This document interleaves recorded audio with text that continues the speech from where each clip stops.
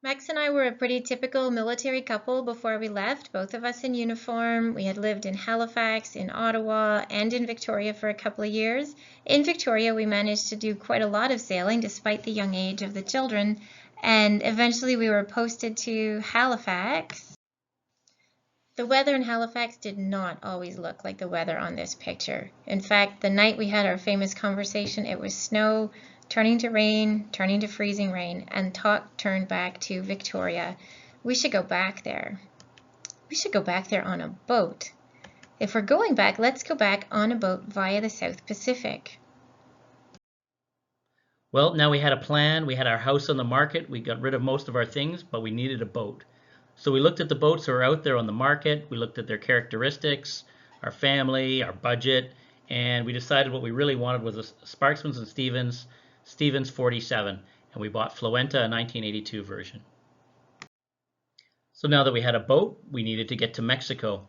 And it was a bit of a tumultuous trip. We call it our mechanical failure tour of the West Coast. Perhaps some of the worst weather we'd seen in the 7 years, and all sorts of maintenance issues.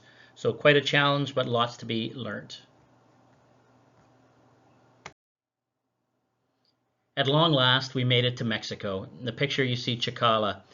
Sitting under a palapa, the kids are homeschooling, we're doing some surfing, thinking finally, this is the cruising we saw in the cruising magazines. But there were a few quotes that realized that we had some challenges yet to come. Daddy, the high water alarm is going off again. Daddy, what is that burning smell? And me wondering, why is the rig always going out of tune? And we realized we needed to stop moving. We needed to fix the boat. Not the new problems that were popping up, but dealing with some of the old problems that came with the boat. Here you can see a picture of us changing one of the bulkheads just to show you some of the work we were doing. And then, of course, another new adventure. It was time to have a baby. And just in case there's any doubt, baby was part of the plan even when we left. We just didn't know when he would show up. So preparing for a baby on a boat turned out to be very similar to preparing for a baby at home. We needed some netting, we needed a car seat, we needed some cloth diapers for crossing the Pacific, carriers to carry him in, and we found a woman who did water birth with us in Puerto Vallarta in Mexico. It was just extraordinary. Right from the beginning, our plan was to cross the Pacific when Benjamin was about 4 months old, so shortly after he was born, it was time to start stocking up on canned goods, vegetables, fruit, and planning for a 3-week trip at sea. You can see their very typical photo in the galley, 4 of us all side by side. Somehow we all fit. And then here we are at sea, crossing the Pacific, and on the left you see a picture that's pretty typical of what everybody hopes they'll find. Blue skies, downwind, lovely. On the right, it's our first crossing of the equator. We did this several times eventually. This is our first one with a celebration for King Neptune. This kind of gives you a sense of a day in the life at sea. We had Mom and Benjamin on watch, sometimes feeding, sometimes in the baby carrier. You've got big kids in harnesses and tethers always clipped in. By the time we made landfall, Benjamin was actually starting to sit up. Sitting up. And finally, we arrive into Fatahiva in the Marquesas of French Polynesia, a famous anchorage, and it was surreal that we were there. 21 days later, 7 hours of motoring. Of course, once you reach there, you still have 4,500 miles to get to New Zealand, and lots of new adventures, new learning. Everybody that's not from the ocean is maybe concerned of sharks, but for us that was just part of the learning. And only once did we ever see a dangerous shark like this tiger shark that was under our hull. Lots of new foods. Benjamin's trying his first coconuts, and of course glorious pawpaws and coconut crabs, and as well out enjoying our time in the water. So in Fakarava, and here the kids are playing with their sailing dinghy in Bora Bora. It was when we got into the northern Cook Islands that we started to realize that as much as there was beautiful beaches and great times playing with our toys, but it was also a lot about the people. And here's an example where we were out camping with several families from Penryn. And as wonderful as it all was, there was always that constant reminder that we needed to stay vigilant. This is the keel of a boat that sank about a week before we got into this anchorage in the Cook Islands. From there, it was time to escape the cyclone season, the hurricane equivalent for the South Pacific, and it was down to New Zealand. New Zealand, an amazing place, very beautiful, very welcoming, a lot like Canada. So we did see some of the sights, but for us, really, New Zealand was maintenance time. So catching up on all the projects. And eventually, after New Zealand, 10 days at sea and back to Fiji. Here you see Jonathan at the top of a coconut tree and Benjamin and I in our happy place on my yoga mat. One of the things that we loved about Fiji was all the feasts we were invited to. Every time we would come to a village, there would be a feast we would be welcome to partake. All that food had to come from somewhere, and here on the left you see one of the Fijian markets with its beautiful colors and lush fruits and veg. On the right is a market with a little bit less to offer. This is in one of the atolls where everything is very dry and nothing very much grows. In Fiji, there's a ceremony called Sevu Sevu. This is where you're welcomed into the village. It's done by visitors, whether they're from away or they're Fijian, and it's a way to become part of the village for the time that you're there. Everyone asks us about our kids and how did they socialize. You see here, we had half a dozen kid boats in an anchorage. The kids took it upon themselves to go camping, and this was very typical when we were cruising. Mom, on the other hand, had her hands in the diaper bucket most of the time. You can see the calling card of a kid boat, diapers on the lifeline. And of course, this was kind of part chore, part joy. Did a lot of spearfishing with some of the other cruisers. And you can see on the right is one of the fishes that we gave to a Fijian village. After going back and forth between New Zealand and the tropics a few times, we realized we wanted a new adventure. And to avoid the cyclones, most people go south, but you can also go north. So that's what we did, north to the Marshall Islands, north of the equator, to avoid cyclone season. Of course, at this point, we're not doing a lovely downwind passage. We're beating up through the trade winds, so not quite the beautiful wing on wing. One of the other things that was quite different for us at this point, as the kids had become older, they'd become capable crew members, standing their own watches, helping with navigation and other chores.